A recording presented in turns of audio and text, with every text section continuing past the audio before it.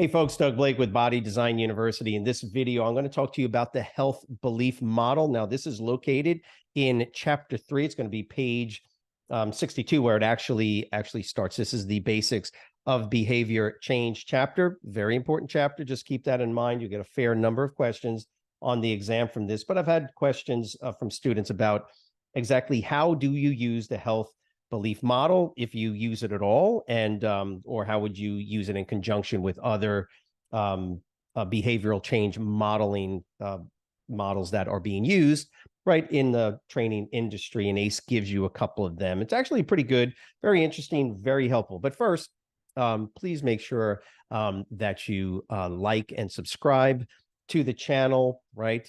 If you have comments that you want to leave, if you got questions, just leave them in that comment section below. Now, okay, so back to the health belief model. Now, here's the deal. There's basically 4 variables or 4 issues that can be related to why an individual would make a behavioral change, and those are grouped into these 2 categories known as health threats and health behaviors. The health threats are what we call perceived susceptibility and perceived seriousness. On the health behavior side, you actually have the benefits to making the changes and barriers to making those changes.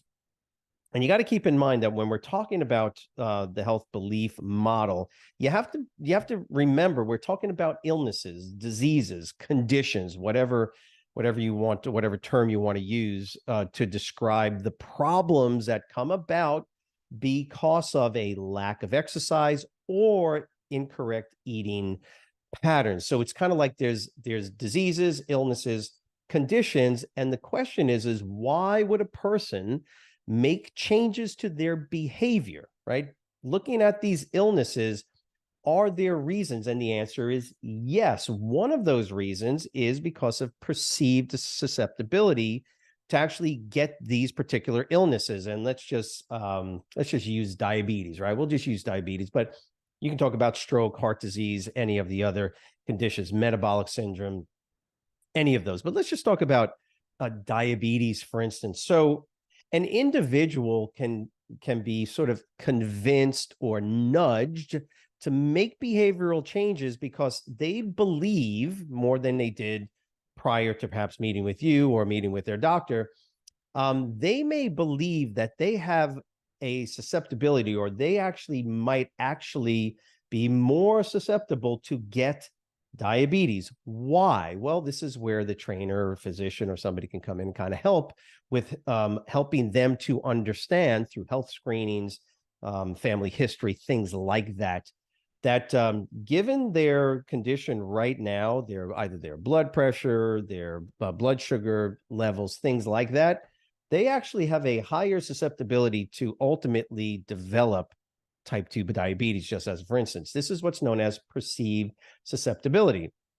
If you're 17 years old, 18 years old, you're an athlete, you don't think you're going to get diabetes, and probably you won't, not at that young age. But if you're an older individual, you know you're overweight, you know you don't eat well, you know you don't exercise, and people in your family have diabetes and they seem to develop it at about the same age, all of a sudden, what happens up here? You start to think, well, maybe I am susceptible. Maybe I can actually get it. All of a sudden, the individual's perception of getting that illness, that disease, that condition goes up.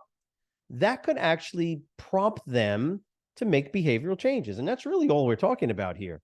So the health belief model basically allows an individual, or allows you as the trainer, to help an individual kind of nudge them into behavior change by making them start to increase their perceived understanding of how perceptible they are, right, to getting a particular disease. And that's that one of the 4 variables that we're talking about here. There's also what's known as perceived seriousness. Now, diabetes can be significantly serious. In fact, it can ultimately kill you if it's not controlled. And of course, it leads to this is uncontrolled diabetes, could lead to and does lead to blindness, neuropathies, getting your toes and your fingers cut off, amputations. It is a disastrous disease, renal failure, all of those elements that we know occur, especially with uncontrolled diabetes. So if you don't make a change,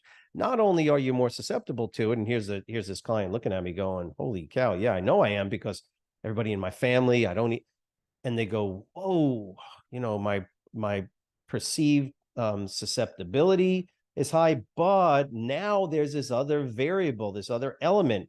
Now you're telling me the seriousness," and now they start to see, holy cow, I don't want to go blind. I don't want to lose my fingers. I mean, I can tell you many a story of individuals because they got diabetes and it's uncontrolled.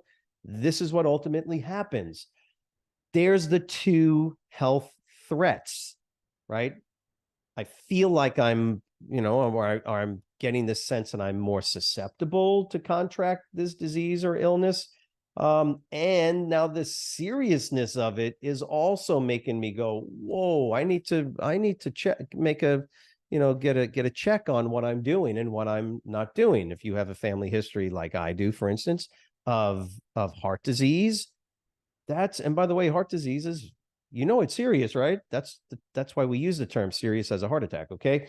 But if you have a history of heart disease in your family, then that would generally get you to have a greater sense or a perceived sense of being susceptible to contracting or getting that condition. If you have family members who have had strokes, early ages, or whatever the case is, that's what the health threat is there for. That's what this model basically explains to us, that people will actually make decisions to change from not exercising to exercising, not eating well to starting to eat well, whatever that means, due to their perception of the actual disease, condition, illness, right? And because of the perceived seriousness of it, those two factors alone can be enough to make people make some changes. So that's the health threat component. Of course, you also have the health behavior. So that's the benefits and the barriers. So that's the second set of variables on the bottom of page 62.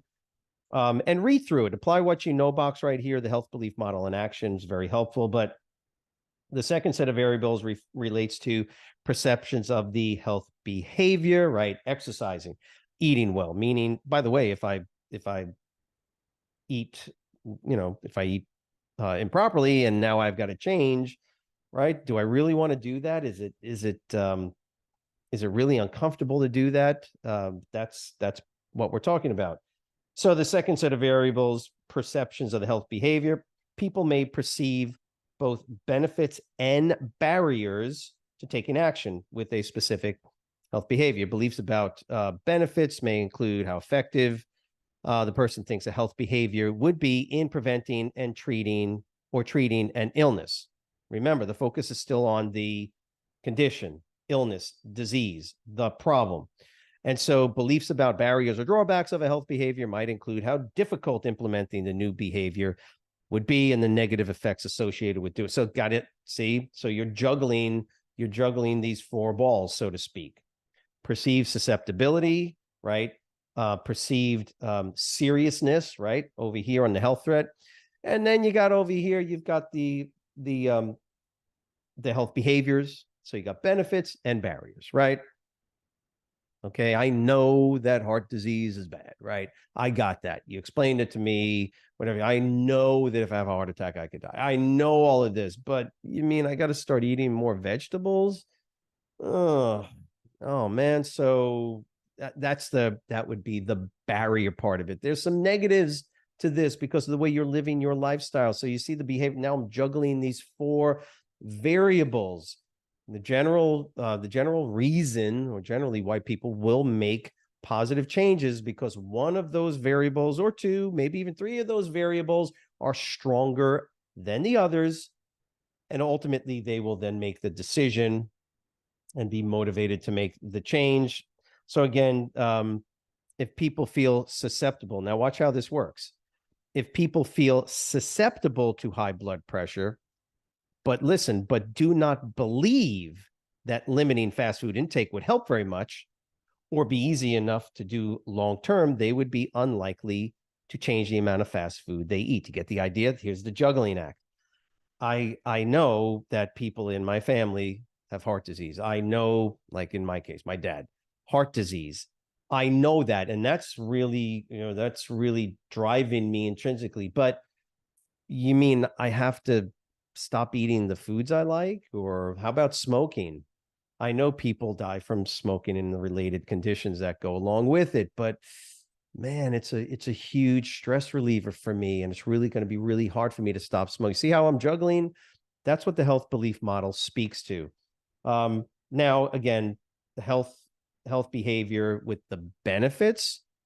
If I actually do believe, if I believe that exercising will make me feel better and reduce my risk of or decrease my hypertension, if I believe that, and I understand the benefits of exercise to this condition, illness, disease, then I'm more apt to make the change. Okay, so I will probably reduce my intake of whatever fatty foods, fried foods, whatever the case is, and that's where these four variables come into play. Now, again, I would say that it's a relatively simple, straightforward model to understand, but you got to know you've got the health threat and then you got the health behaviors. Sometimes the health threats are strong enough to overcome whatever barriers you might see, problems with making these behavioral changes. Sometimes, and by the way, sometimes it's actually getting a heart attack. Sometimes it's actually having a stroke. Sometimes it's actually, having some issue related to diabetic neuropathy or renal failure, something like that. So that's pretty serious stuff. Sometimes that's all it takes. And then boom, the behavioral changes are made, even though you're not allowed to eat this anymore, or you have to do this, right? That would fall under the barriers, for instance. And so this is something you got to keep in mind. That's why it can be very helpful. And the trainer is actually able to participate in this change and the modeling that goes along with this by providing information, experience of examples, things like that, directing their clients to more informational databases.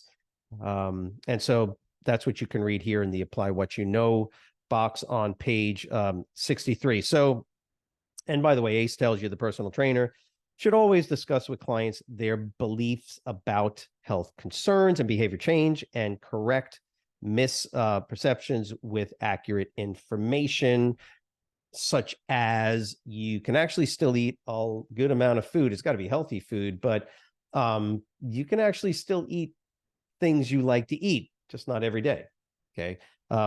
These are some of the things you can help and assist your clients with. So that's the health belief model. Hope this was helpful. If it was, please write the word understand in the comment box. If you want full access to the entire array of all the ACE study materials, please go ahead and click on the link in the discussion box.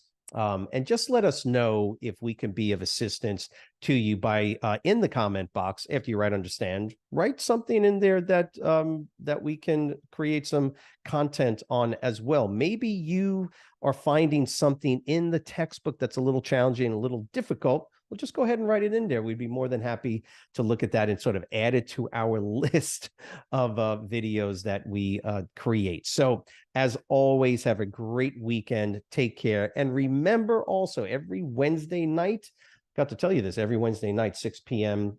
Eastern Standard Time, we do Quizlet Live. It's just a way to help you to study and then ultimately pass your ACE exam. So again, have a great week. We'll talk later.